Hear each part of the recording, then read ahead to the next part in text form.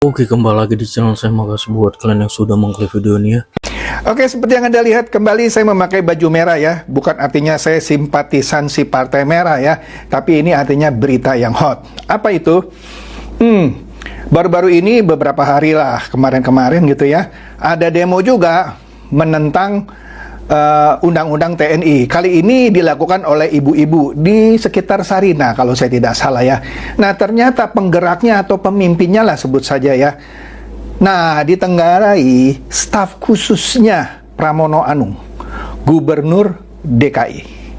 Bukan DKI ya, sekarang namanya daerah khusus Jakarta aja. Oke. Sekaligus dia adalah istri dari Guntur Romli dari PDIP. Ditenggarai ya. Kita akan lihat ntar faktanya ya. Kalau benar, artinya ini bisa jadi suatu langkah subversif. Loh, kenapa? Nah, makanya jangan di-skip video saya ya, supaya Anda ngerti ya. Maka itu saya pakai baju merah ini ya. Oke deh, cepat dulu nih ya. Ada yang numpang lewat seperti biasa ya. Beberapa teman saya yang tahu saya sepertinya ngepro banget sama pemerintah dan sama Pak Prabowo, sering-sering gitu ya ngeledek, wah itu lu ternaknya Mulyono lu ya, terserah lu deh ya. Saya sorry ya, saya bukan fansnya Pak Jokowi. Dari berapa ya, 10 tahun lalu saya selalu pilih Prabowo. Jadi kalau Anda bilang saya ternak Mulyono, salah besar, oke ya. Tapi bukan saya berarti tidak respect sama Pak Jokowi, oke, itu satu. Kedua, ada yang bilang, lu salah pilih presidensi, jadi sekarang IHSG jatuh. Nah, kita lihat nih fakta ya. Ini CNBC ya, baru-baru ini ya, 29 Maret ya. Wall Street jadi lautan merah. Saham Google dan Facebook ambruk. Apa yang jelek dari Google dan Facebook? Ambruk juga tuh. Artinya ini lagi resesi global. Anda bilang gara-gara salah pilih presiden. Lanjut. Nah, kemudian apa ini ya? Ini ada juga berita yang berhubungan dengan itu. Nah, kita lihat ini nih ya. Wall Street kembali lagi kayak tadi ya. Ini dari media asing Reuters ya. Wall Street itu melihat ada pemotongan atau PHK. Ya, PHK juga terjadi di Amerika Serikat ya. Jangan bilang tuh gara-gara lu salah pilih presiden sekarang banyak PHK. PHK mah dari dulu mah wajar-wajar aja ya, bukan gara-gara Prabowo ya. Nah, ini juga gara-gara itu market di sana jadi terpengaruh ya. Loh, jadi apa yang aneh ya? Apa yang aneh kalau aduh, kata capek nih ya sama para pembenci pemerintah. Kemudian Prasetya mencuit, saya tidak memuji Presiden Prabowo atas terbangnya saham-saham emiten Bank BUMN yang terjadi setelah Danantara umumkan jajaran pengurus yang semuanya dari kalangan profesional dengan pemahaman pasar mendalam. Info, volume transaksi naik 3 kali lipat, asing borong saham, optimis Indonesia. Tuh lihat tuh beritanya ya, saham BUMN terbang ya antara 5 sampai 7,44 paling tinggi BNI ya. Mau bilang lagi masa depan suram ya, optimis lah ya. Nah, aduh, bener-bener deh ya. Kemudian ini Danantara Raja Asia, kan sebelumnya kan Temasek dari Singapura. Sekarang ini beritanya Danantara Raja Asia. Jadi tebakan saya, mungkin ada negara asing yang nggak suka kalau Danantara jadi Raja Asia, maka dibikinlah itu berita-berita negatif ya. Kemudian sudah pernah saya bahas, IHSG melesat fantastis di 6.472, itu hari Kamis. Hari Jumat melejit lagi ke 6.500 sekian. Ada yang komen di video saya sebelumnya, loh bagaimana melejit, sebelumnya 7.000 lebih lah. Ya melejit lah, kalau sebelumnya kan tahun-tahun lalu sempat 750. Jangan bandingkan begitu. Melejit kan di video saya bilang dibanding hari Senin minggu lalu yang Selasanya ambruk, ya kan? Setelah itu sekarang naik melebihi hari Senin lalu yang sebelum ambruk. Makanya dengerin video saya dengan seksama, jangan ngoceh aja. Oke? Aduh. Nah, ini lagi nih. Akuisisi Yupi 18 triliun dipertanyakan, valuasi dinilai terlalu tinggi. Maksudnya begini loh, Sebenarnya, bukan sebenarnya, memang ada akuisisi saham UPI 18 triliun ya. Udahlah, nggak usah dibahas siapa yang beli gitu ya. Ada sebuah PT gitu ya. Padahal nilainya sebenarnya nggak 18 triliun, dibeli 18 triliun. Artinya apa? Pembelinya optimis sama ekonomi Indonesia dong. Valuasinya dianggap terlalu tinggi, artinya nggak usah 18 triliun bisa dia beli, tapi dibeli 18 triliun. Anda mau bilang lagi madesu, masa depan cerah? Enggak, ini madecer, masa depan cerah ya. Jangan so pintar dah pada nih. Empet saya kalau dengerin orang IHSG. Nah, ini ada juga nih. Vicky Yosi mencuit, kebiasaan. Pas IHSG turun, ya, kamu hoax, ya. Mereka semua memaki pemerintah. Wah, itu Prabowo nggak becus, wah gitu. Nah, sekarang IHSG naik melesat gara-gara Danantara. Mereka langsung kicep. Nggak bersuara, kayak jangkrik keinjek. Mati gitu ya. Aduh, lucu juga nih ya. Oke deh. Nah, lagi nih ya. Apa ini? Nah, ini menarik nih. Sekilas nih. Sebelumnya kan sudah pernah saya bahas waktu KPK menggeledah rumah Jan Farid ya. Kalau nggak salah masing politisi P3 ya. Ini terkait Harun Masiku ya. Dia sita sejumlah uang. Ini berita hari Kamis. Nah, waktu itu video saya sebelumnya dan berdasarkan sumber dari media massa disebutkan uang itu katanya untuk menyuap hakim pra-peradilan ya, supaya Hasto bebas, kira-kira begitu. Itu kata berita lo ya, bukan kata saya ya kan. Oke, akhirnya KPK waktu geledah sedang diumumkan dia sita sejumlah uang. Wah, ini menarik nih ya kalau Jan Farid diperiksa ya. Nah, maka dari itu Ewing bilang, wow, tidak sesederhana yang dikira. Pantesan ada yang mati-matian mendiskreditkan KPK dan Pak Jokowi. Ya, ya. Ternyata ya ini. Aduh, ketahuan dah. Astaga. Nah, kemudian mereka yang masih ngomong, sebenarnya saya udah nggak mau ngomong ini ya, tapi oke lah, ini karena ketemu video bagus nih ya, cuman saya nggak usah tayangin videonya ya. Ini penjelasan dari KPU.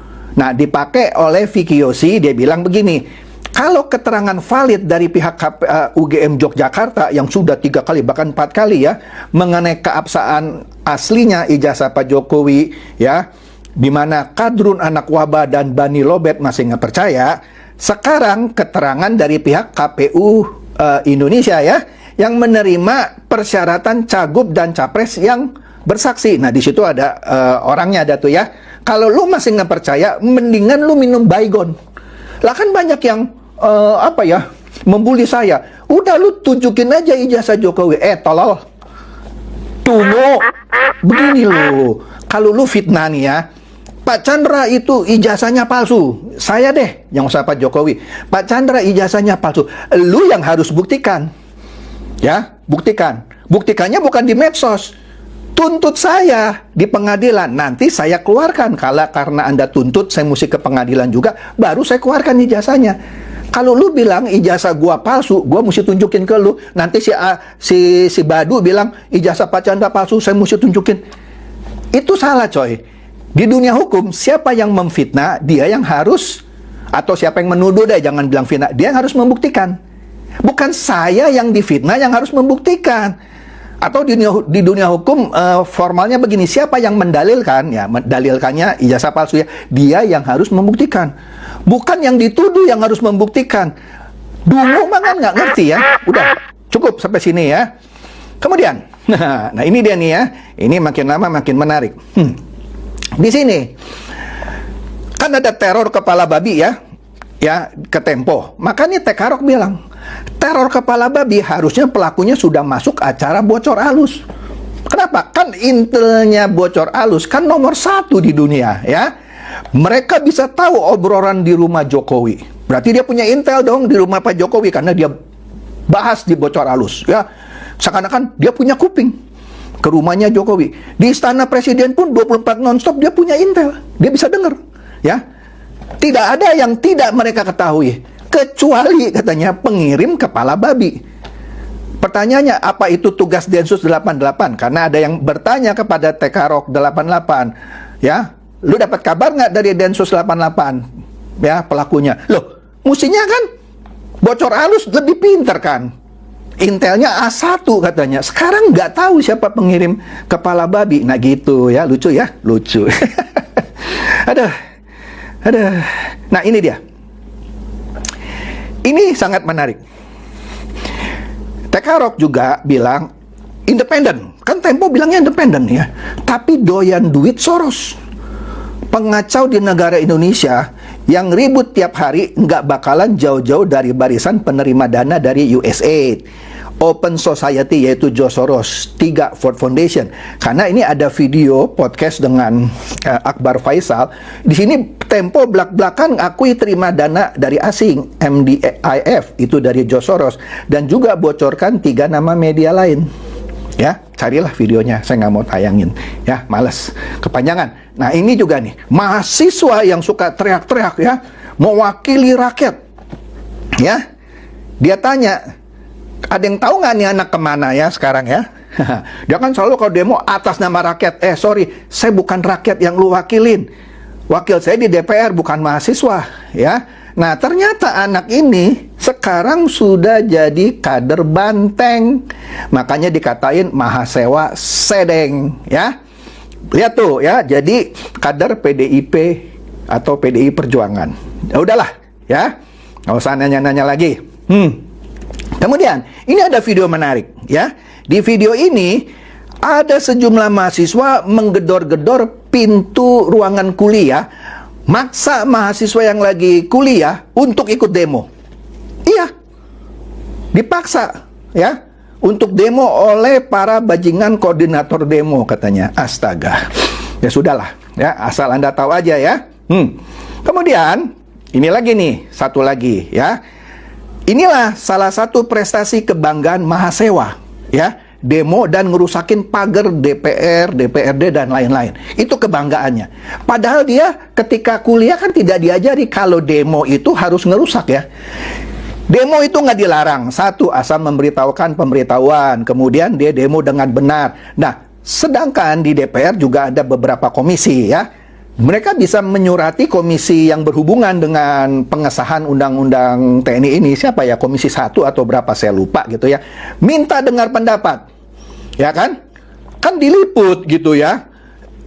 Lakukanlah diskusi secara ilmiah. Mana pasal-pasal yang Anda bilang itu akan mengembalikan difungsi TNI misalnya. Nanti akan terjadi diskusi yang produktif. Ini turun ke jalan, hancurin pagar, bakar-bakar ban, bikin rusak jalanan, ya kan?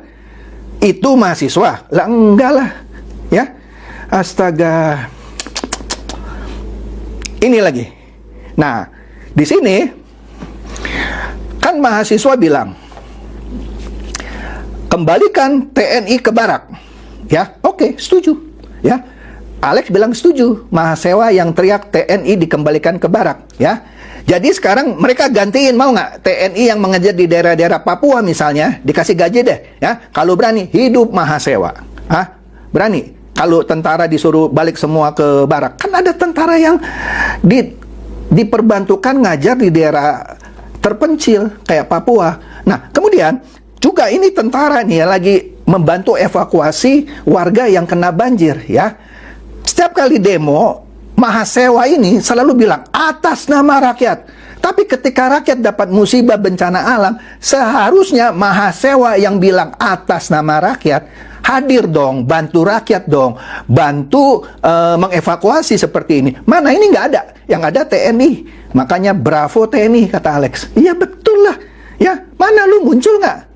Lu wakili rakyat, tapi lu nggak muncul kalau ada bencana, ya kan? Nah ini dia. Ini ada anggota KKB, ya teroris lah ya, di Papua, ditangkap usai kasus membakar 6 guru di Yahukimo, Papua. Nah, sekarang mereka kan teriak-teriak, tarik TNI dari Papua. Nah, kalau TNI di Papua ditarik, siapa yang nangkepin ini KKB, para teroris? Lu bisa nangkep, ya kan? Enggak kan? Aduh. Sekarang kita lihat, apa motivasi suruh narik TNI, ya, dari Papua. Nah, ini dia bilang, harapannya itu, kata Wibisana di bawah Anda lihat ya, itu provinsi lepas Papua, ya. Nah, oleh karena itu Mas Wei bilang, satu, Papua lepas, pangkalan militer asing masuk berdiri di sana. yang nggak usah sebutlah negara mana ya. Selain Papua lepas, SDA di sana sumber daya alam dikeruk habis-habisan dengan barter kemerdekaan ala Timor Leste. Hanya orang tolol yang mendukung demo hari ini. Dan dungu gitu ya. Setuju Mas Vel? Nah ini dia lagi lucu nih. Aduh. Sorry masih pilak-pilak nih ya. Alex mencuit, ternyata rakyat lebih pintar dari Mahasewa. Hidup TNI. Kenapa? Ini rakyat udah kesel nih. Melihat demo bikin macet dan sekarang rakyat juga turun jadi tandingan terhadap demo Mahasewa. Kan kalau dibiarkan ini jadi chaos kan? Ya. Tapi rakyat kan nggak setuju diatasnamakan oleh para Mahasewa. Siapa rakyat yang mana? Yang berapa persen? Kan gitu dong kalau mau jujur. Oleh karena itu ada video menarik, tapi nggak usah lah saya tayangin ya. Ini Bapak ini mengerti tentang undang-undang TNI. Seperti Pak Mahfud MD. Yang juga sepertinya cawapres yang mereka pilih juga dulu. Pak Mahfud bilang ini tidak mengembalikan TNI ke dui fungsinya.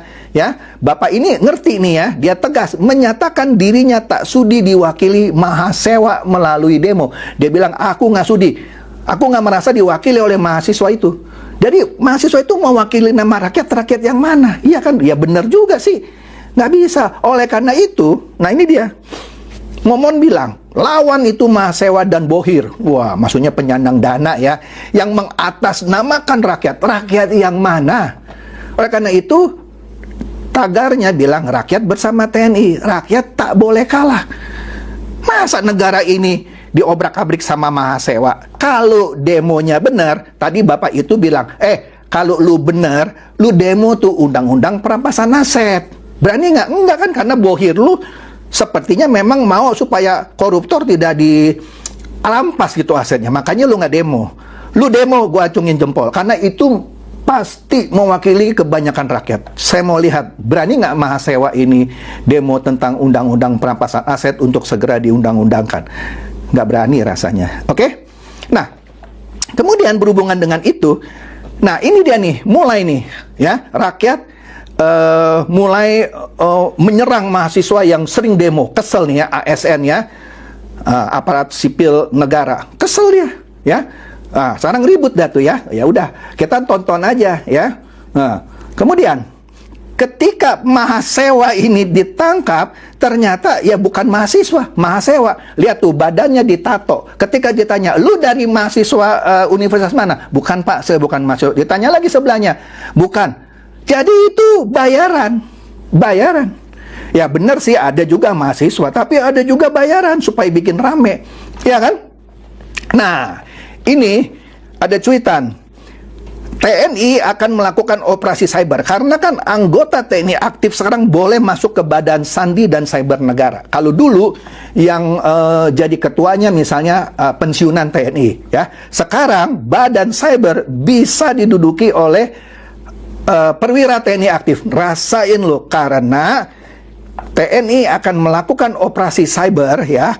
Sasarannya adalah pihak yang melemahkan kepercayaan terhadap pemerintah, yang suka sebar hoax, jelek-jelekin pemerintah ya. Bagus ya.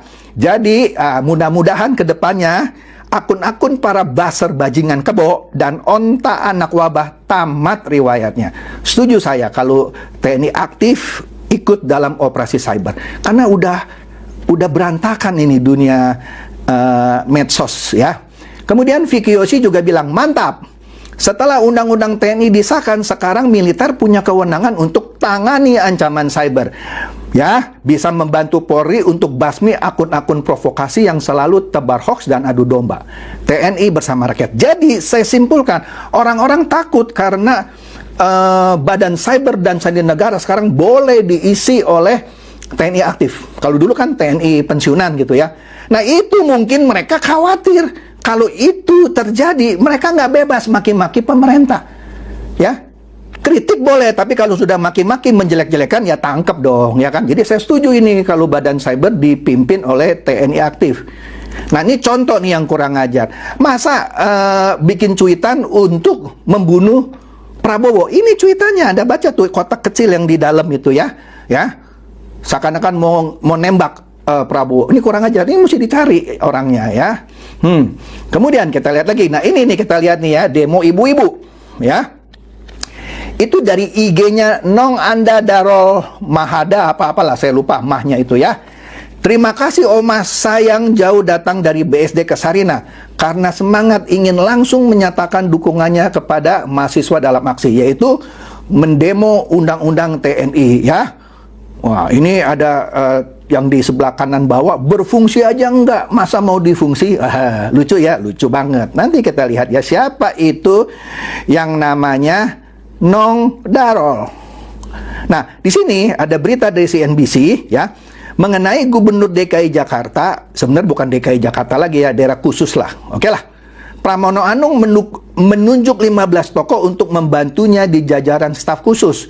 Disebutlah siapa-siapa, itu ada yang di garis merah ya, termasuk Nong dalam kurung Anda Darol ya, kata Pramono. Nah, Nong dalam kurung Anda Darol yang tadi mencuit, yang terima kasih kepada ibu-ibu ya.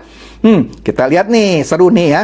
Nong Darol di situ kan jadi staf khususnya Pramono ya. Oke. Berarti dia bagian dari pemerintah harusnya. Tidak boleh ya. Kalau lu mau demo pemerintah, lu berhenti dulu dari staf khusus. Karena kalau sudah jadi staf khusus artinya lu bagian dari pemerintah. Ya. Sekarang lu bagian dari pemerintah tapi lu demo pemerintah, itu subversi. Ntar kita lihat ya. Nah, di sini ada pertanyaan dari Tekarok. Ini Ibu Nong Darol, staf khusus Pramono Anung, gubernur dari PDIP, apa cuma sama nama doang? Maka dia bertanya nih ya, kalau emang staf khusus, itu demo apa bagian dari kerjaan jadi staf khusus gubernur? Atau keputusan pribadi? Nah, ini juga harus dijawab oleh Pak Pramono. Kalau bukan staf khusus, siapa tahu nama sama gitu ya, aku minta maaf ya Bu, soalnya bingung katanya. Puan kan dari PDIP bilang RUU TNI tidak ada masalah, kok bawahannya teman separtainya malah demo. Nah iya, Ibu Mega juga nggak keberatan sama undang-undang TNI, kok lu demo? Itu maksudnya ya. Lanjut. Nah, kemudian Sarah juga bertanya ya, dia mengutip berita di Detik News tadi ya, karena dia menanggapi IG-nya dari Nong Anda Darol ini. Sarah bertanya, apa benar Nong Anda yang ikut demo atau turun di area Sarina kemarin tanggal 28 Maret ya, bukan kemarinnya lagi lah ya. Ini adalah staf sus Bapak Pramono Anung? Menarik pertanyaannya. Ini dia tag itu Pramono Anung, artinya Pak Pramono itu harus jawab ya. Kemudian Atestan, dia mencuit cukup tegas di sini. Kedudukan Gubernur DKJ Daerah Khusus Jakarta Pramono Anung adalah perpanjangan tangan yang mewakili pemerintahan Prabowo Gibran di daerah, khususnya di Jakarta ya. Tetapi ketika Nong Anda, staf khususnya sebagai ya staf khususnya Gubernur DKJ ini menghasut rakyat untuk membenci dan untuk menggulingkan pemerintahan yang sah, maka tindakan ini subversif. Setuju saya. Karena Nong Anda itu sudah masuk ke dalam pemerintahan daerah. Masa lu mendemo pemerintah pusat? Kalau lu mau demo, entah lu keluar dulu, terus lu demo deh. Jangan dalam keadaan staf khusus lu demo. Nah, makanya ini PR-nya Pak Pramono untuk mengkonfirmasi. Benar nggak yang dimaksud ini adalah staf khususnya? Oke, menarik kan? Nah, Nong Anda ini ternyata adalah istrinya Guntur Romli. Karena sebelumnya kalau kita lihat di IG-nya ya dia, ini ya, ada di Twitter-nya juga atau X.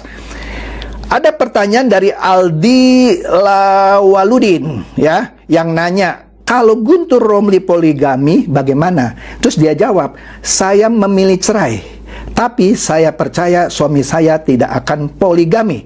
Ini kan menunjukkan bahwa Nong Anda ini adalah istrinya Guntur Romli, politisi PDIP yang kadang-kadang suka disebut jubir. Kalau ini benar, apa iya PDIP selama ini ada di belakang semua demo? Nah, ini kan menarik, ya kan? Nah, ini dia fotonya, foto Guntur Romli dan istrinya Nong Anda, ya. Jadi dengan fakta-fakta ini, Pak Pramono harus memverifikasi, ya, benar nggak Nong Anda ini adalah staf khususnya? Kalau iya, apa? Kenapa membiarkan staf khususnya mendemo pemerintah pusat? Ya, kalau dia cuma sebagai istrinya Guntur Romli, wajar lah, karena Guntur Romli kan dari PDIP. Padahal itu juga aneh. PDIP kan selalu bilang, Kami memang tidak di kabinet, tapi kami tidak beroposisi. Kalau ini jelas ini, ya. Tapi saya percaya ini bukan dari faksinya Puan, ya. Puan sebagai ketua DPR dan Ibu Mega sendiri udah bilang tidak ada masalah dengan undang-undang TNI. Ini hanya faksinya Hasto menurut saya. Karena Guntur Romli terindikasi adalah faksinya Hasto. Karena dia selalu jadi jubir untuk Hasto, ya. Oke, itu saja. Mungkin ini jadi PR buat Pak Pramono Anung, ya, untuk menjelaskan apa ini Nong Anda benar staf khususnya atau bukan, atau cuma nama sama. Oke, itu saja dari saya. Semoga ini mencerdaskan dan mencerahkan Anda semua. Silakan share video saya ini kepada teman-teman, sahabat atau kerabat supaya mereka tambah cerdas dan tercerahkan. Seperti biasa, terima kasih. Oke, itu dia video. Gimana menurut kalian, dan sampai bertemu di video saya selanjutnya. Bye.